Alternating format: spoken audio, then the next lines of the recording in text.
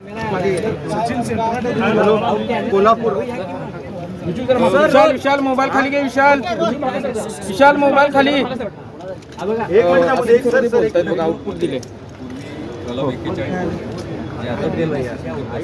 साई हात माग। अटक करायची असेल तर त्याला नोटीस दिली पाहिजे।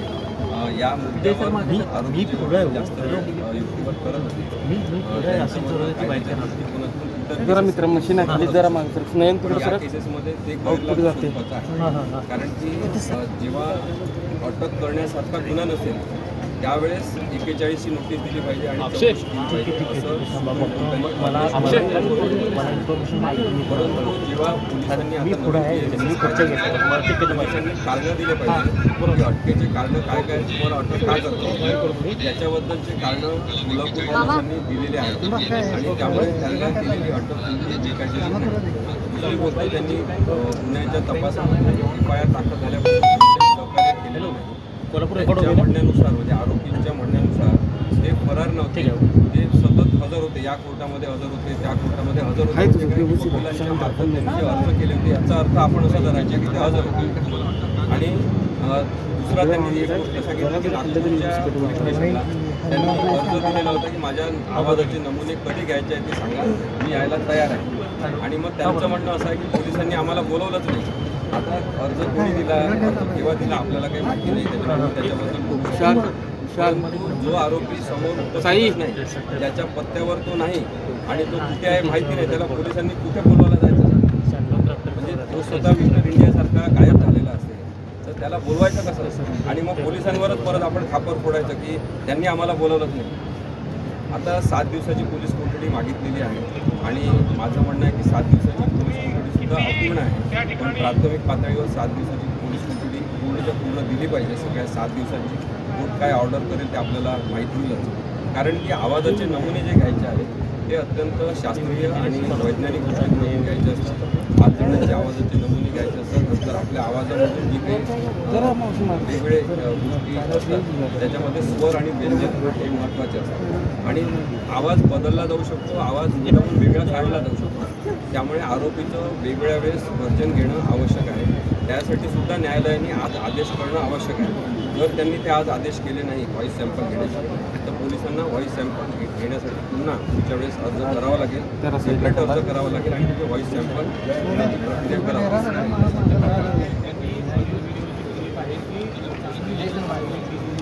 त्याचा हेतू तपासावा अशा पद्धतीचा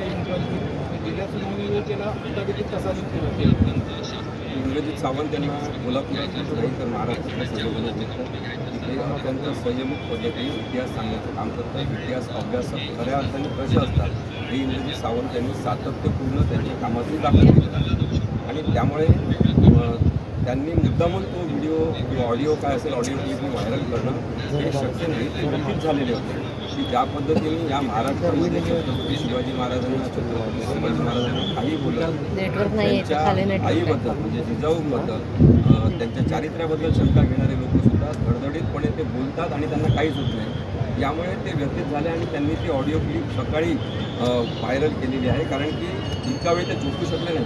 ते सातत्याने विचार करत राहिले की आपण आता काय करायचं, कुठे जायचं, आणि त्यांनी ती ऑडिओ क्लिप जर व्हायरल केली असेल तर आज सोशल मीडिया हे एक लोकांचं सुद्धा माध्यम आहे, लोकांचं एक न्यायालय आहे। तिथे माहिती झालं पाहिजे जे चेहरे वाईट आहेत, जे चेहरे अभिव्यक्ती स्वातंत्र्याचा गैरवापर करत आहेत त्यांचे चेहरे समोर आले पाहिजे।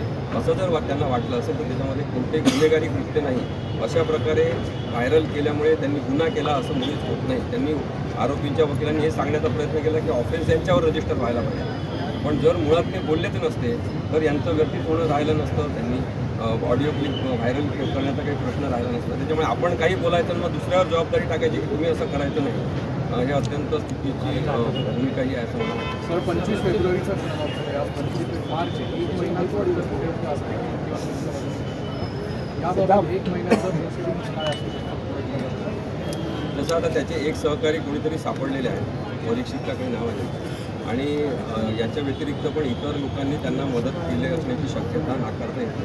त्यामुळे कोणाकोणाला त्यांनी मदत केली, ते कुठे कुठे जेवले, इनफॅक्ट माझं तर म्हणणं आहे काय काय जेवले, या सगळ्या गोष्टींची सुद्धा माहिती घेणं आवश्यक आहे, कारण की संपूर्ण महाराष्ट्र भावनिकदृष्ट्या ग्रसित झालेले असतात।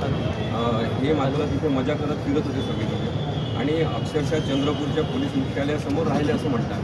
त्यामुळे चंद्रपूरच्या पोलीस मुख्यालयाच्या समोर जर यांनी वास्तव्य केलं असेल तर चंद्रपूरच्या साई जरा पोलीस साईडला. मुख्यालयातल्या किंवा चंद्रपूर पोलीस स्टेशनमधल्या त्या संबंधित पोलीस स्टेशनमधलं CCTVचं फुटेजसुद्धा कोल्हापूर पोलिसांनी मागितलं पाहिजे की त्याची रेंज किती आहे, त्या CCTV फुटेजची त्याच्यामध्ये हे दिसतात का हे सुद्धा बघितलं पाहिजे. कारण की इतक्या जवळ पोलिसांच्या राहूनही आपण फरार आहे आणि आपण कोणत्याही प्रकारची काळजी करण्याचं कारण नाही, कारण की आपल्या मागे कोणीतरी सत्ताधीश आहे अशी भूमिका असेल तर ते चुकीचं आहे. मुळात मी सुरुवातीपासून आमची लढाई, माझी लढाई किंवा आम्ही सगळेजण जे लढतो आहे, कोणाची लढाई प्रशांत कोरटकर या व्यक्तीविरुद्ध नाही आहे. ही प्रवृत्तीच चुकीची आहे की जी काही बोलेल, कसंही बेताल वक्तव्य करेल, कोणाचाही अपमान करेल आणि अभिव्यक्ती स्वातंत्र्याचा गैरवापर करेल, हे महाराष्ट्रात चालणार नाही. हे सांगणाऱ्यांची संख्या वाढवण्यासाठीची ही मोहीम.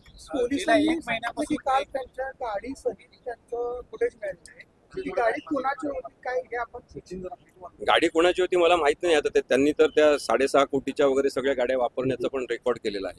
एक पत्रकार म्हणून तुम्हाला त्याचं आश्चर्य वाटत असेल, पण असे सुद्धा काही पत्रकार महाराष्ट्रात तयार होत आहेत. त्या सगळ्या गाड्यांची माहिती घेतली पाहिजे की त्यांच्याकडून त्या कशा आल्या, कुठून आणल्या, याबद्दलची माहिती सुद्धा पोलीस घेतील. कारण की तपासाच्या भागामध्ये आता सगळंच येणार, कारण की त्यांनी ज्या ज्या माध्यमांचा लपून बसण्यासाठी, पळून जाण्यासाठी उपयोग केला त्या सगळ्यांची माहिती घेतली पाहिजे. मोबाईल डेटामध्ये काही टॅम्परिंग झालं असं वाटतंय? सर्वात पहिले उच्च न्यायालयामध्ये जेव्हा इंटरिम जामीनसाठीचा अर्ज सुनावणीसाठी आला होता मागच्या वेळेस, तेव्हाच सरकारी वकिलांतर्फे सांगण्यात आलं होतं. आम्ही हे म्हटलेलं नव्हतं, आम्हाला माहिती नव्हतं. सरकारी वकिलांतर्फे सांगण्यात आलं होतं की मोबाईलमधला डेटा त्यांनी त्याला काय म्हणतात घातला गळ्यामध्ये की तो मुसलमान आहे असं पकडल्यावर वाटलं पाहिजे.